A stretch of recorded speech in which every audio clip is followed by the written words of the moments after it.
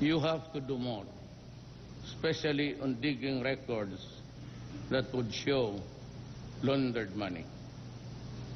I'd like to address myself to the central bank guys and the AMLA. Alam mo, I'd like to warn you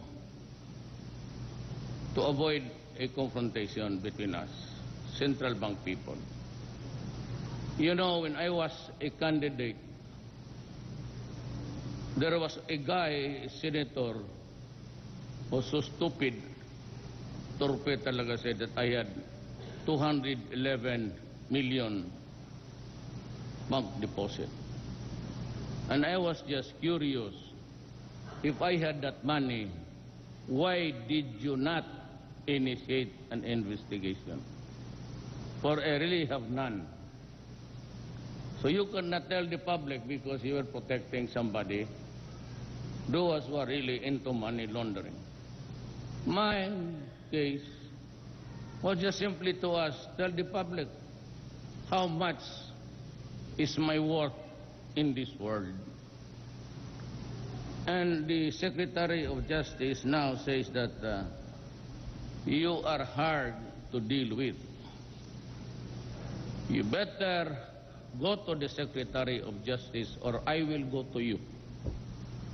I will call for you and you have to answer so many questions to me. You choose.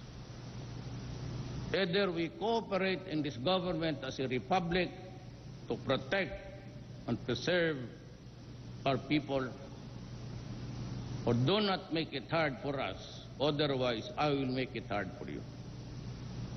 Simply I said, you failed miserably. Eh sinabi na nga may 200 million. Bakit hindi niyo ako inimbestigar? So that the people would have known. You're also a part of the garbage which I resent to this day. And do not give me a reason to have a confrontation. Palabas ninyo yung ano ang mali dyan. There are billions stashed there in the bank who are really being washed or just being kept there in the meantime. Go to the Secretary of Justice, the AMLA guys, explain to us in public or I will do the explaining for you. Choose.